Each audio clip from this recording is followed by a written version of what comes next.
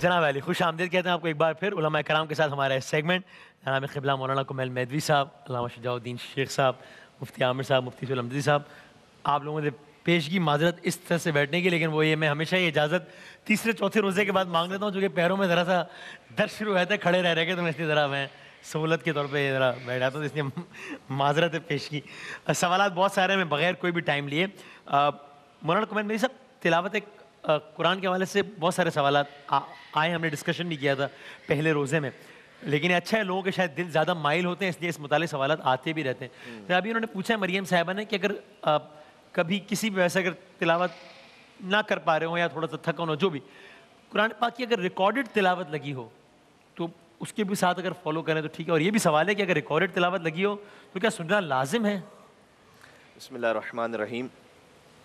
ایک تو حدیث میں یہ ہے کہ لقد تجلی اللہ لخلقہ فی کلامہ, اللہ سبحانہ و تعالیٰ نے تجلی کی ہے قرآن میں اپنے بندوں کے لیے. تو اللہ تجلی کرتا ہے قرآن میں, اور جس کی زندگی کا محور قرآن ہو اس کی زندگی کا محور خدا ہو جاتا ہے. اور اس میں کوئی شک نہیں ہے کہ ماہ رمضان المبارک میں اللہ سبحانہ و تعالیٰ ایک ایسی اپرچونٹی فراہم کر دیتا ہے, اس لیے کہ خود حدیث میں یہ بھی آیا ہے کہ لکل شیء ربیع, ہر شے کے لیے ایک بہار ہے, وہ ربیع القرآن شہر رمضان, اور قرآن کی جو بہار ہے وہ ماہ رمضان المبارک ہے. لہٰذا بہترین موقع ہے کہ اپنے آپ کو اللہ کے کلام سے قریب کیجیے, اس لیے کہ جو اللہ سبحانہ و تعالیٰ کے کلام کی تلاوت کرنے والا ہے اس کا گھر ایسے چمک رہا ہوتا ہے اہل آسمان کے لیے جیسے اہل زمین کے لیے آسمان کے ستارے چمک رہے ہوتے ہیں. کیا بات ہے, واہ. تو جب آپ قرآن کی تلاوت کر رہے ہوتے ہیں تو گویا آسمان کے ملائکہ وہ کہہ رہے ہوتے ہیں کہ دیکھو وہ دنیا میں جو گھر ہے نا وہ ستارے کی طرح چمک رہا ہے, وہ آسمان سے نیچے زمین پر ستارے کی طرح روشن ہوتا ہے. سبحان اللہ, سبحان تو اللہ سبحانہ و تعالیٰ نے جو ہمیں ایک موقع فراہم کیا ہے اسے بھرپور استفادہ کرنا چاہیے. اس کے کئی طریقے ہو سکتے ہیں, اس میں سے ایک طریقہ یہ آپ نے جیسے بیان کیا جو آج کل کافی رائج ہے یوٹیوب وغیرہ پر ایپس بھی ہیں, یوٹیوب ہے کہ, اور اس میں تلاوت میں آسانی ہو جاتی ہے. ہاں, کیونکہ بہت سے لوگ ہوتے ہیں جو ہو سکتا ہے کہ اتنا روانی سے نہ پڑھ پائیں قرآن, تو انہیں سننے میں آسانی ہو جاتی ہے, وہ سنتے بھی رہتے ہیں ساتھ میں پڑھتے بھی رہتے ہیں. قرآن سننے کا الگ ثواب ہے, پڑھنے کا الگ ثواب ہے, تو بہرحال انہیں سننے کا بھی ثواب مل رہا ہے اور پڑھنے کا بھی ثواب مل رہا ہے. ہاں اتنا ضرور ہے کہ اگر قرآن کی تلاوت چل رہی ہے, جیسے کہ آپ نے دوسرا سوال کیا تھا کہ اگر قرآن کی تلاوت چل رہی ہے تو کیا اسے سننا لازمی ہے؟ تو دیکھیں اگر قرآن کی تلاوت چل رہی ہے تو یقیناً آپ نے اسے کسی نہ کسی مقصد سے لگایا ہوا ہے. اگر کوئی ایسے کام میں مشغول ہو جائیں کہ جس سے بے توجہی ہو رہی ہے اور بے احترامی ہو رہی ہے, ٹھیک ہے, ہاں, تو پھر تو یہ جائز نہیں ہوگا. اچھا, لیکن بعض مرتبہ ایسا بھی ہوتا ہے کہ مستورات ہیں, افطار تیار کرتے ہوئے, سحر تیار کرتے ہوئے انہوں نے قرآن بھی لگا دیا ہے اور اپنے امور میں بھی مصروف ہیں, تو یہ عرف عام میں بے احترامی شمار نہیں ہوگی بلکہ اس میں شاید برکت میں مزید اضافہ ہو جائے. تو اگر ایسا کوئی امر ہے تو یہ جائز ہوگا. بالکل ٹھیک ہے, بالکل صحیح, جزاک اللہ. اچھا ویسے یہ ہمارا مفتی عامر صاحب وظائف کا تو الگ سے ایک سیگمنٹ ہوتا ہے اور اس میں بتائیں, لیکن ایک عمومی نوعیت کا ایک سوال ہے کہ چونکہ شاید اس وجہ سے کہ آج کل بہت زیادہ بے روزگاری کی فضا ہے, تو اس لیے سوال ویسے بھی بہت آ رہا ہے, تو اگر آپ عمومی طور پہ بتا دیجئے کہ کیا یہ اس بے روزگاری کے دور میں یا ایسے دور میں جب لگے کہ رزق سے برکت اٹھ گئی ہے, تنخواہ بہت کم ہے, خرچے بہت زیادہ ہیں, کیا کریں اس میں لوگ؟ یہ بسم اللہ الرحمن الرحیم. آپ نے صحیح فرمایا کہ ماشاءاللہ آپ کے یہاں پہ باقاعدہ اہم ترین وظائف کا ایک سیگمنٹ ہوتا ہے, اور حق تو مفتی صاحب کا تھا اس میں چونکہ مہارت رکھتے ہیں. میں مفتی صاحب کی اجازت میں مفتی صاحب کی انشاءاللہ اجازت سے یہ عرض کرتا ہوں کہ رزق کے حوالے سے حدیث پاک میں آیا ہے کہ سورہ واقعہ پڑھا کریں. سورہ واقعہ آپ کے روزگار میں برکت پیدا کرتی ہے. اس کے ساتھ میں یہ وضاحت کر دوں کہ سورہ واقعہ آپ کسی بھی وقت پڑھیں, نمبر 1. نمبر 2 یہ کہ آپ ویسے کلام پاک کہیں سے بھی پڑھیں گے. قرآن پاک کی ایک آیت ہے جس میں اللہ تعالیٰ نے فرمایا کہ وَمَنْ أَعْرَضَ عَنْ ذِكْرِي, جس نے میرے ذکر سے اعراض کیا ہم اس کے لیے رزق میں معیشت میں تنگی پیدا کر دیتے ہیں. تو اللہ کا ذکر آپ نے کہیں سے بھی کیا, اللہ کا نام کسی طرح بھی لیا, یا آپ نے اللہ کا کلام کہیں سے بھی پڑھا, تو اس کی بھی برکتیں آپ کو رزق میں ملیں گی. صحیح ہے. تو بے روزگاری کے لیے, مہنگائی کے لیے بالکل آپ نے یہ کرنا ہے کہ قرآن پاک اور اوراد و وظائف یا ذکر و اذکار جو احادیث سے مسنون ملتے ہیں ان کو پڑھیں, اللہ کا ذکر کثرت سے کریں. لیکن اس کے ساتھ ساتھ دیکھیں ہم فضول خرچی کرتے ہیں, اس سے بھی بچنا ہے. جو ہم فالتو کا جو مال خرچ کرتے ہیں مختلف چیزوں میں, تو پھر اس کے بعد نہیں بنتا کہ ہم شکوہ کریں مہنگائی بہت ہے. ٹھیک ہے، مہنگائی کا شکوہ وہ کرے جو قناعت بھی کرتا ہو، فضول خرچی سے بھی بچتا ہو، پھر بھی اس کو لگتا ہے کہ مہنگائی ہے، تو واقعی وہ شکوے کے لیے بالکل مجاز ہے۔ صحیح، بالکل ٹھیک۔ اچھا شجاع بھائی، یہ اسلام نے ظاہر ہے مکمل ضابطہ حیات ہے، تو ہر عنوان سے کچھ نہ کچھ بتایا، چاہے وہ کھانے پینے کے آداب، وہ پہننے اوڑھنے کے، تو ایک تو یہ کہ لباس کے حوالے سے ایک عمومی اسلام نے کیا ڈریس کوڈ کیا بتایا، یہ بتا دیجیے گا، اور اس میں ضمناً یہ بھی کہ ایک رائج یہ ہو گیا ہے کہ جناب جس طرح ہم کرتے شلوار کو ایک مذہبی ٹائپ کا لباس گردانتے ہیں، ایک وہ، اور ایک یہ پینٹ، یعنی کل میں یہاں پہ پینٹ شرٹ یا سوٹ پہن کے پروگرام کرنا شروع کر دوں، لوگ یہ کیا کر لیا ہے، جیسے کوئی غیر مذہبی ایک معاملہ۔ یہ کرتے شلوار اور پینٹ کوٹ کا معاملہ یہ ہماری سوسائٹی سے جڑا ہے جس کو فالو کرنا is good, it is not bad, یا اس کا مذہب سے کوئی تعلق ہے؟ آپ کی اجازت سے بسم اللہ الرحمن الرحیم، تلاوت کا ذکر بھی آیا اور ابھی وظائف کا ذکر بھی آیا۔ ایک تو تلاوت وہ ہے کہ مائک سر تھوڑا سا اگر مائک، جی جزاک اللہ خیر، جی پلیز۔ ایک تو تلاوت کا معاملہ وہ ہے جو ہم معمول کے مطابق قرآن حکیم کے پڑھنے کا اہتمام کرتے ہیں، صحیح، اس پڑھنے سے آگے بھی ایک تلاوت ہے۔ قرآن حکیم ہمیں بتاتا ہے سورۃ البقرہ کی آیت نمبر 121 میں کہ الذین آتیناہم الکتاب یتلونہ حق تلاوتی، جنہیں ہم نے کتاب عطا کی ہے وہ اس کی تلاوت کرتے ہیں جیسے کہ اس کی تلاوت کرنے کا حق ہے۔ اچھا وسیم بھائی، تلاوت صرف پڑھنے کے مفہوم میں نہیں آتا، یہ فالو کرنے کے مفہوم میں بھی آتا ہے۔ والشمس وضحاہا والقمر اذا تلاہا، قسم ہے سورج کی اور اس کی روشنی کی اور چاند کی جبکہ اس کے پیچھے پیچھے آئے۔ 27ویں شب میں تکمیل قرآن کا موقع ہوگا، دعائیں ہو رہی ہوں گی، وجعلہ لنا اماما، اللہ اس قرآن حکیم کو ہمارا امام بنا دے۔ تو امام جو کہتا ہے میں فالو کرتا ہوں، تو قرآن کی ایک تلاوت ہے ثواب کے لیے، ہم قائل ہیں، اور قرآن حکیم کی ایک تلاوت ہے طلب و تڑپ کے ساتھ ہدایت کے حصول کے لیے تاکہ اس کو فالو کیا جا سکے۔ مفتی صاحب نے مفتی سہیل صاحب کی اجازت سے ایک بات بیان فرمائی، میں آپ کی اجازت سے ایک بات عرض کرنا چاہوں گا۔ بعض وظائف ہیں پڑھنے والے، صحیح، اور وسیم بھائی بعض وظائف ہیں کرنے والے، اور رزق کے حوالے سے اللہ تعالیٰ نے سورہ طلاق میں ارشاد فرمایا، حالانکہ طلاق کے مسائل بھی وہاں پر ہیں، کہ من یتق اللہ یجعل لہ مخرجا ویرزقہ من حیث لا یحتسب، جو اللہ کا تقوی اختیار کرے۔ ماہ رمضان سجا روزوں کے لیے، روزے دیے کہ تقوی کے لیے، خوف خدا، گناہوں سے بچنا، اللہ گارنٹی دیتا ہے جو اللہ کا تقوی اختیار کرے گا اللہ اس کے لیے مشکلات سے نکلنے کا راستہ عطا فرما دے گا۔ وَيَرْزُقْهُ مِنْ حَيْثُ لَا يَحْتَسِبْ، اور اللہ وہاں سے رزق دے گا جہاں اس کا گمان بھی نہیں ہوگا۔ اور اگلی بات آپ نے اشارہ فرمایا نا، بے روزگاری ہے، انفلیشن بڑھ گیا، نو ڈاؤٹ اباؤٹ دیٹ، سود کی حرام خوریاں جو چل رہی ہیں اور سودی دھندوں کے نتیجے میں آج ہمارا آپ کا ایک بچہ جو پیدا ہوگا وہ 1,80,000 روپے سے زیادہ کا مقروض پیدا ہوگا۔ ایک تقوی انفرادی سطح پر گناہوں کو چھوڑنا، ایک تقوی ہے اجتماعی سطح پر اللہ کی نافرمانیوں کو چھوڑنا، بے حیائی کا طوفان، سود خوری کے معاملات، ان کی بھی بے برکتیاں ہوا کرتی ہیں۔ اللہ ہمیں سمجھ عطا فرمائے۔ جواب تھوڑا طویل ہو گیا۔ جہاں تک ڈریس کوڈ کا تعلق ہے، آپ نے بجا فرمایا کہ کیا کچھ ظاہری فکس قسم کی شے ہے جو شریعت نے متعین فرمائی؟ نہیں، شریعت نے کچھ اصول عطا فرمائے اور کچھ پسندیدہ باتیں بیان فرمائی۔ آپ پینٹ شرٹ پہن لیں، آپ قمیص شلوار پہن لیں، آپ تہبند استعمال کر لیں، آپ وہ عربوں کا توب استعمال کر لیں، کچھ بنیادی باتیں ہیں کہ سطر کو ڈھانپنے کا اہتمام، وہ حصہ جس کو ڈھانپنا لازم ہے، اسی طریقے پر کسی اور مذہب والوں کا جو علامتی معاملہ ہے وہ ہم اختیار کرنے کی کوشش نہ کریں۔ یہاں تک تو بات بیان ہوتی ہے، ایک مسئلہ بیان نہیں ہوتا کہ حلال کا کپڑا ہونا چاہیے۔ ہم سطر کی بھی بات کرتے ہیں، مرد کے لیے کیا ڈریس کوڈ ہے، عورت کے لیے کیا ڈریس کوڈ ہے، دیگر مذاہب کی جو ہے وہ اس میں مشابہت کا پہلو نہ آئے، یہ سب تقاضے ہیں، لیکن اہم ترین ایک بات کیا ہے کہ جو لباس اختیار کیا وہ حلال کا ہو۔ حدیث میں آئے کہ لباس پہنا ہو 10 درہم کا اور 1 درہم حرام کا ہے، جب تک بندہ پہنا رہے گا اس کی دعا قبول نہیں ہوگی۔ واہ واہ، جزاک اللہ۔ اور مفتی صاحب جی، چونکہ قرآن پاک کی تلاوت کے حوالے سے آج بیان ہو رہا ہے اور اچھا ہے، ماہ رمضان کے ابتدائی دن ہے تو لوگوں کے دل مائل سے بات ہو رہی، یعنی میں نے یہاں تک سنا، اس پہ گائیڈ کیجیے گا کہ یعنی اگر صرف معاملہ اس کو بڑے اچھے سے جزدان میں لپیٹنے تک ہی رکھا گیا ہے، یا اگر بس خالی اس طرح کی، تو یعنی گویا کچھ اس طرح کا ماحول ہونا ممکن ہے کہ جس میں روز محشر شکوہ، یہ کتاب شکوہ کر رہی ہو کہ میرے اندر کیا کیا راز چھپے تھے اور مجھے یوٹیلائز نہیں کیا گیا، یعنی یہ معاملہ اس حد تک بھی چلا جاتا ہے؟ وہ ایک شاعر نے ایک نظم لکھی کہ کوئی غیر مسلم آ کر اس سے پوچھ رہا ہے، ٹھیک ہے نا، تو وہ لکھتا ہے کہ کسی میری الماری میں گرد سے اٹی کتاب کا جو اس نے پوچھا، شرم سے زمین میں گڑ گیا قرآن کہتے کہتے۔ اچھا، ہم نے قرآن کو باعث برکت بنانے کے لیے، بالکل باعث برکت ہے، بالکل شفا ہے،